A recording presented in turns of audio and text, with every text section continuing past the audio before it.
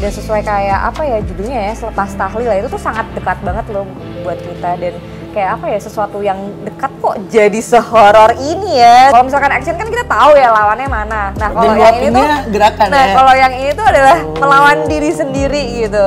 Dan yang paling seremnya tuh kayak gimana ya, kita tuh dihantuin sama hantu yang kita kenal, yaitu ayah kita sendiri. Itu kekunci. Gue minta tolong, gue kira ya udahlah ya, itu hal yang mudah, atau dibuka dari depan gitu, atau didobrak atau gimana juga gue mungkin bisa lah ya gitu. Tapi kok jadi susah banget ya. Jadi si pintunya tuh sempat dijebol dan ternyata masih ada sesuatu yang nyangkut yang bikin pintunya nggak bisa dibuka. Dan alhasil gue tuh kekurung di kamar mandi itu kurang lebih 40 menit.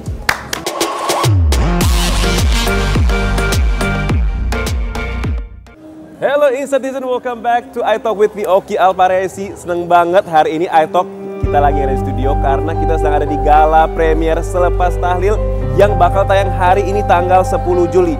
Dan kita lihat seperti apa keseruan gala premiernya. Let's go!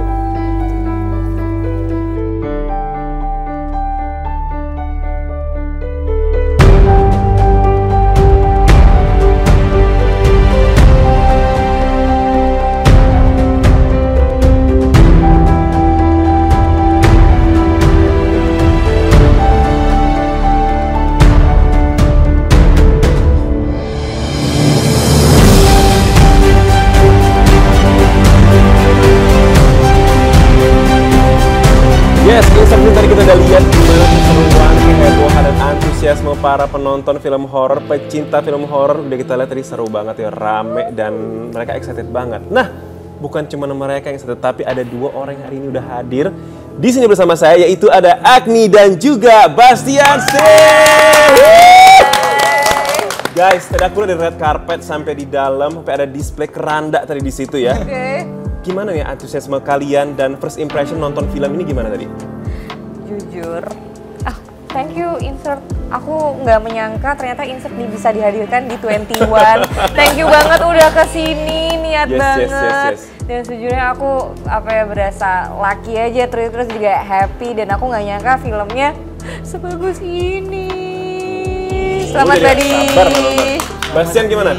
Gimana tadi film tadi ini pertama kali tayang, lu gimana? Aduh, seneng banget, ini bener-bener pertama kali ya nonton setelah akhirnya diedit dan lain-lainnya. Very proud buat semua tim yang ikut serta dalam proyek Selepas Tahlil ini. Ya harapannya semoga teman-teman bersedia nonton dan menikmati filmnya dan pesannya tersampaikan. Wow, semoga meledak yang di pasaran. Amin. Gitu ya. Nah tadi kamu juga bilang sempat akhirnya tayang. Emang prosesnya berapa lama sih film ini dibikin kalau dari syuting? Mungkin dari proses reading kali ya? Reading, syuting sampai akhirnya tayang itu berapa lama?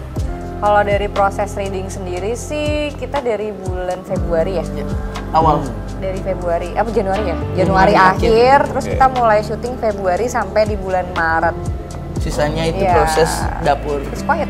Sebenarnya. Ya. Tapi kan hasilnya juga pastinya bagus ya, kualitasnya ya. Iya, karena skripnya sendiri udah mateng, dan aku tuh baru kali ini dapat skrip horor yang nggak menawarkan jump scare murahan aja, tapi kedalaman emosionalnya tuh sangat dapat. Dan juga ini adaptasi dari podcast yang udah viral kan. Bener. Berarti ini adaptasi dari podcast yang sudah viral. Dan kalau kita ngomongin jalan cerita ini, di film ini kalian tuh berperan sebagai apa dan bagaimana nih jalan ceritanya? Aku Bastian di sini berperan sebagai Yudis makan dia. Sambil makan boleh, nggak masalah. Inilah Yudis gitu. Ini memang keadaannya lagi di premier ya Instatizen ya. Tadi kalau orang lalu lalang mungkin mereka lapar gitu, nggak apa-apa sih. Sambil makan minum boleh. Berperan sebagai Yudis. Bontotnya, adiknya. Oh ini keluarga kakak adik. Oke. Kalau aku Saras, kakaknya Yudis, anak pertamanya Pak Hadi. Gitu. Awalnya ya gitulah ya, kita seperti keluarga yang baik-baik saja, keluarga kecil gitu ya. Baik dan tidak sombong. Terus tiba-tiba bapak kami meninggal, dan setelah tahlilan tuh kita kayak nggak kenal sama bapak kita karena ternyata banyak rahasia-rahasia yang selama bapak hidup tuh kita nggak pernah tahu gitu. Dan selepas tahlilan jenazahnya bapak tuh pulang sendiri ke kampungnya. Dan ketika kita mendapati hal itu, tentunya kita banyak pertanyaan-pertanyaan yang kita tanyain dan kita nggak dapet jawabannya, dan kita juga berusaha nyari tahu kenapa itu bisa terjadi gitu. Serem juga ya, bisa jalan sendiri gitu jadi ininya ya. Iya, dan itu kisah nyata ya. Dan itu kisah nyata diangkat di podcast yang viral itu. Yes. Gitu ya. Nah, Kalau misalnya kita ngomongin tadi aku coba sempat nyebutin bahwasanya ini berbeda dengan horor lainnya yang tidak menawarkan jump scare murahan gitu ya. Tapi sebenarnya selain itu apa yang membuat film horor ini beda dan wajib banget ditonton? Mungkin karena banyak pesan yang harapannya pengen banget tersampaikan. Contoh seperti bahwa wasiat itu sebenarnya hal yang memang zaman sekarang ini disepelekan, yang ternyata sebenarnya tetap kita harus hormati dan coba kasih space untuk mengkabuli apa permintaan terakhir dari orang yang sedang meninggalkan kita gitu. Karena ternyata hal-hal kecil seperti itu adalah hal yang mungkin yang membuat jadinya nanti jenazahnya jadi tenang. Lebih tenang Iya. gitu ya. Kalau yang aku sendiri ada lagi? Kalau dari aku sendiri tuh apa ya, setelah aku baca skrip tuh jadi kayak mikir sih, kayak kita sebagai anak tuh kan nggak akan selamanya ya punya orang tua. Maksudnya kita juga bertumbuh gitu, orang tua kita pun juga bertumbuh dan semakin tua. Hidup kita makin asik dan kita udah tidak memerlukan kontribusi lah untuk orang tua. Dan kadang tuh orang tua tuh ngerasa kesepian akan hal itu gitu. Dan mumpung masih ada, jangan menyesal, orang tua disayang-sayang gitu. Nanti kalau udah nggak ada, menyesalnya akan selamanya loh gitu. Dan itu kayak di sini tuh kayak diingetin banget sih. Jadi relate banget bagi orang mungkin yang orang tua sudah meninggal atau yang belum gitu. Jadi diingatkan untuk selalu dekat sama keluarganya. Bener banget, inget banget. Dan sesuai kayak apa ya judulnya ya, Selepas Tahlil, itu tuh sangat dekat banget loh buat kita. Dan kayak apa ya, sesuatu yang dekat kok jadi sehoror ini ya. Bisa dikemas dengan sehoror ini ya. Jadi kayak wah keren banget sih. Keren sih. Dan aku ngeliat memang kayak Selepas Tahlil ini semua orang pernah mengalami dan akan mengalaminya. Yes. Ya kan. Jadi ini memang wajib banget untuk kita tonton nantinya Citizen ya. Dan alasannya kenapa kalian akhirnya mau ngambil project ini? Apakah karena sutradaranya, apakah karena alur ceritanya, atau karena pasangannya Bastian Steele nih? Kenapa nih? Kalau dari aku nih. Aku dulu, oke. Boleh. Kalau aku tuh biasanya ngambil film tuh ada beberapa ada beberapa pilihan nih yang kayak harus gitu. Pertama kayak skripnya harus bagus dulu, terus sutradaranya, terus PH-nya dan lawan mainnya. Dan empat-empatnya tuh checklist. Terus ditambah lagi menurut aku ini adalah karakter yang dihadirkan berbeda dari film-film horor aku sebelumnya. Kalau biasanya tuh kan aku mainin karakter tuh yang fisiknya tuh kuat gitu, kayak di film action ataupun drama tuh juga aku tuh selalu dapat sosok yang kuat gitu. Nah kalau di sini tuh dia tuh diam dan melawan kayak luka batinnya sendiri, menggali kegelisahan dia, traumanya dia. Dan menurut aku itu sesuatu yang menantang karena kayak aku harus diam tapi juga aku harus berakting gitu. Dan itu bukan hal yang mudah. Dan apalagi ya, aku juga jadi belajar dari karakter ini bahwa keberanian tuh nggak selalu tentang melawan, tapi dengan diam dan menerima. Yes. Alright, bener banget kan Agni kita terkenal dengan kalau misalnya ada Agni pasti ada gontok-gontokannya gitu. Tapi sekarang ini gontokannya di dalam batin gitu, jiwa gitu ya. Ya agak-agak mirip ya, tapi beda ini batin. Yang sebelahnya, yang film sebelahnya adalah biasanya ada ngomongin tentang berantem-berantem gitu. Bentuknya berbeda tapi apa ya, nyawa sama lah. Fightnya sama ya. Kalau Bastian sendiri kenapa sih ngambil film ini? Pastinya karena ceritanya sangat menarik dan sudah pasti bagus gitu. Terus ada satu sih mungkin yang aku bisa ambil suatu pesan dari cerita film ini, bahwa selama mungkin ya banyak anak muda lebih berpikir bahwa temannya yang selalu ada untuk dirinya, tapi ternyata sebenarnya keluarga lah yang nggak bakal kemana-mana, nggak bakal ninggalin, nggak bakal jauhin. Karena resikonya apapun pasti kalau keluarga melihat keluarga kita susah itu pasti akan dilakukan gitu. Wow. Karena kadang kita kan kalau anak muda bahkan kadang acara keluarga aja gue mau sama teman-teman karena menurut gue teman-teman yang selalu ada. Tapi di sini aku lihat kayak ternyata bahwa ya udah sesaat aja, tapi kalau di saat lu susah temen lu nggak bakal ada. Justru keluarga lu yang take the risk, mau ambil risiko untuk selalu gimana caranya supaya keluarga itu bahagia dan sehat. Keluarga selalu ada gitu ya kan. Wah luar biasa. Jadi ini yang bagi nonton hari ini boleh langsung telepon keluarganya kalau misalnya jauh dari keluarganya, ataupun nonton bareng-bareng keluarga, boleh ya? Boleh dong, ya? Boleh. Yang berantem sama keluarganya juga nggak apa-apa, berantem lagi ya. Damai dulu, nonton film ini berantem lagi gitu ya. Aduh. Jangan. Tantangan nih, ini kan setiap film, setiap tantangan saya, keluarga saya banyak. Tantangan ini guys, tantangannya kalian di film ini apa sih sebenarnya? Fisik lah pastinya. Iya, tentunya fisik sih. Agni lah. Tentunya fisik sih, soalnya kayak syuting film horor tuh bener-bener syutingnya tuh bisa kebalik, kayak yang dari bisa pagi ke pagi lagi atau pagi ke siang, siang ke pagi. Dan itu tuh kayak kita harus siap ya, dan apa ya, kayak gimana caranya biar energi kita tuh nggak habis, soalnya tuh dalam satu hari tuh bisa kayak ngambil 11 scene, dan scene-nya tuh isinya kayak teriak, nangis, ketakutan, trauma, terus tiba-tiba harus switch ke emosi yang seneng gitu, terus habis itu tiba-tiba harus kesedih lagi gitu. Dan itu menurut aku stressful. Menguras energi banget itu ya. Banget. Ketimbang kalau misalnya action. tinjuan action. Action gitu. Kalau misalkan action kan kita tahu ya lawannya mana. Nah, kalau yang ini tuh gerakan nah, kalau yang ini tuh adalah melawan diri sendiri gitu. Dan yang paling seremnya tuh kayak gimana ya, kita tuh dihantuin sama hantu yang kita kenal, yaitu ayah kita sendiri. Dan menurut itu horor banget sih. Lagi udah meninggal, bukan istirahat. Ini nyusahin ya. Bener-bener. Mana kenal lagi ya? Mana kenal kan nggak enak kalau dilawan ya? Iya. Jadi ikutin aja deh. Iya. Nah, kalau lu sendiri, gimana nih ada tantangan yang paling berat adalah acting ketakutan. Ya, bener sih. Iya, karena memang biasanya tidak takut dengan hal-hal mistis. Jadi sangat tidak ada bayangan bagaimana sih orang itu kalau takut sama hantu gitu. Emang yang kamu takutin apa? Yang saya takutin nggak punya duit itu aja. Saya juga itu sih, makanya saya kejar Tapi ini. menurut gue lo berhasil. Lo berhasil. Setelah tadi gue nonton, gue sih ngerasain ketakutan lo ya. Dan itu yang paling penting kan. Tepuk tangan lu dong buat Bastian ya. Keren. Dan menurut gue berarti kita tuh sebagai aktor menghidupkan sebuah imajinasi yang mungkin nggak pernah ada di dunia nyata gitu. Imajinasi itu tidak bakal muncul kalau nggak dibantu sama lu juga. Aduh, tepuk tangan lagi ya. Karena memang nggak ada imajinasi. Tapi memang nggak ada imajinasi aku untuk gimana sih seseorang itu takut yang namanya hal mistis gitu. Kayak apa gitu ya? Justru kadang malah aku yang suka iseng gangguin orang gitu loh. Jadi nggak tahu bayangan orang beneran takut kayak ngerasain spooky itu apa gitu, aku nggak tahu sama sekali. Berarti kamu yang mistis, setannya berarti hantunya gitu kan? Memang sebenarnya sahabatan kita. Atau saya lebih setan dari setan. Bener. Ya, makanya jadi anak setan kan. Ya bener sih, kita jadi anak setan ya. Iya, bener.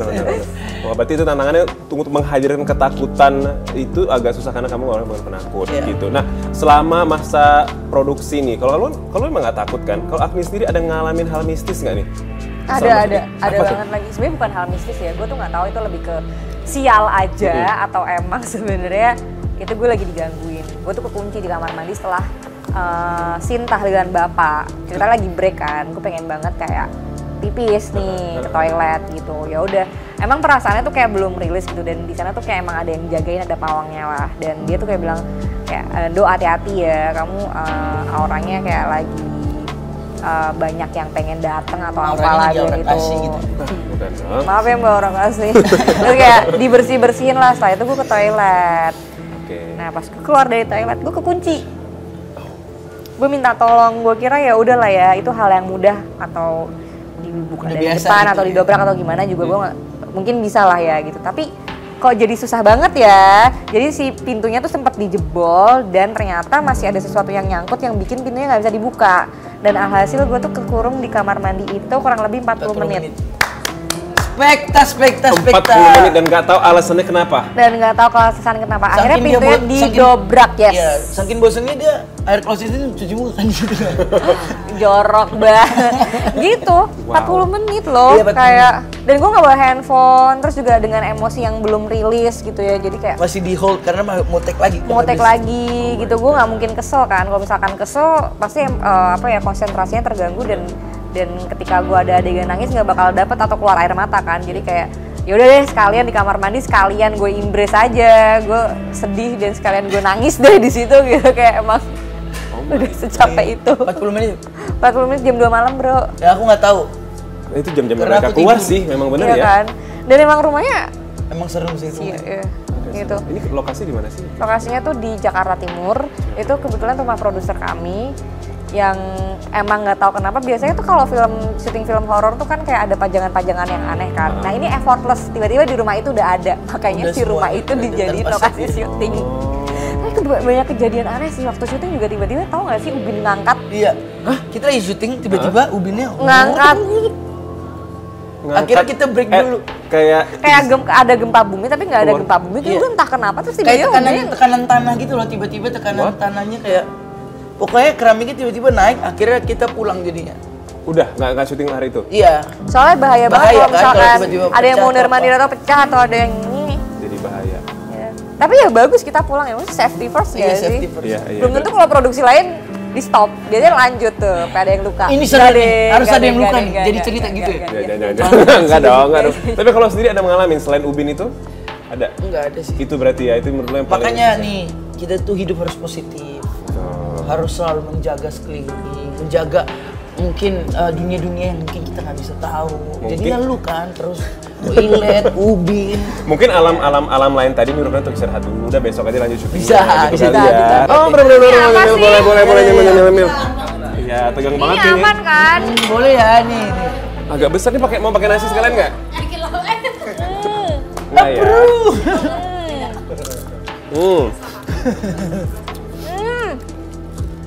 Enak kalau sambelnya.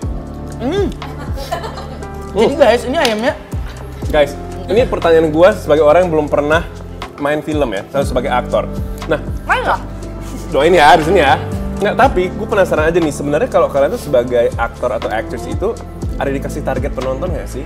Kan misalnya biasanya berapa juta penonton, kalian sih ada nggak sih biasanya kalau di Enggak sih, film itu? enggak ditargetin sih. Tapi Oh. biasanya film-film yang mainnya, yang Bastian main pasti box office. amin. Enggak. Aku yang main pasti bukan. Kita tahu lah ya yang itu Kita ya. kita Enggak, nggak ada, enggak. cuman kan kita kan sebagai pelaku dalam sebuah produksi, sebuah project itu seneng kalau misalnya penontonnya banyak kan berarti banyak yang mengapresiasi kan Iya. karya kita itu aja sih. Berarti nggak ada target ya. Sebenarnya kalau dari aku nggak ada karena tugas aku emang waktu reading, waktu syuting dan promosi. Sisanya ya itu adalah tim Universe, ya. promosi dan juga produser kami gitu. Yang Ya. penting kita udah ngelakuin tugas kita semaksimal mungkin ya gitu. 10 juta ya? Tapi Amin. 10 juta ya? udah amin. Tapi maksudnya prosesnya emang nggak mudah, tapi jujur. Dan biasanya kalau kerjaan yang dilakukan dengan jujur akan sampai ke hati penontonnya. Amin. Menurut aku Percaya banget, benar. filmnya bagus, aku nggak bohong, aku sempet pesimis tapi nggak jadi, maaf deh gitu. Filmnya bagus, sorry banget. Tadi Gitu. aku ngeliat Agni keluar dari studio, dia teriak-teriak filmnya bagus, film bagus banget. Lu pesimis sama gua maksudnya? Iya pesimis sama lu sih. Wah. Enggak, bercanda. Lu harus nonton gua di panggung. Tuh ya, berarti itu wajib banget buat Insertizen di rumah yang penasaran banget kayak apa ceritanya pun tentang keluarga dan lain-lain, ini harus banget nonton bersama keluarga kalian atau pacar, terserah deh. Nah, kalau tadi kita udah bahas soal film, sekarang gue mau bahas soal karir nih. Ya kan, nah Bastian kan sebenarnya lu tuh terakhir main film tahun 2022 sama itu, gimana tuh comeback lu, agak kesulitan nggak untuk beradaptasi? Lagi kan 3 tahun kan lumayan lama. Sebenarnya udah lama aku syuting terakhir itu udah 2019-an atau 2020. Itu memang baru tayang aja filmnya. Oh, berarti lebih lama lagi dong? Lebih lama lagi, which is jadi berasa banget memang pada saat akhirnya ikut project ini apa ya, kayak mencoba callback, recall lagi gitu ya. ya, segala macam. Tapi kembali lagi untungnya pemain sama Agni, sama Kang Epi, Mas Aji bener-bener dibantu banget. Kesulitan aku tuh supaya jadinya malah justru lebih relax dan ya. bisa aku handle gitu. Tapi udah ada core memory lah tahun 2019 ya, Iya. recall lagi ya.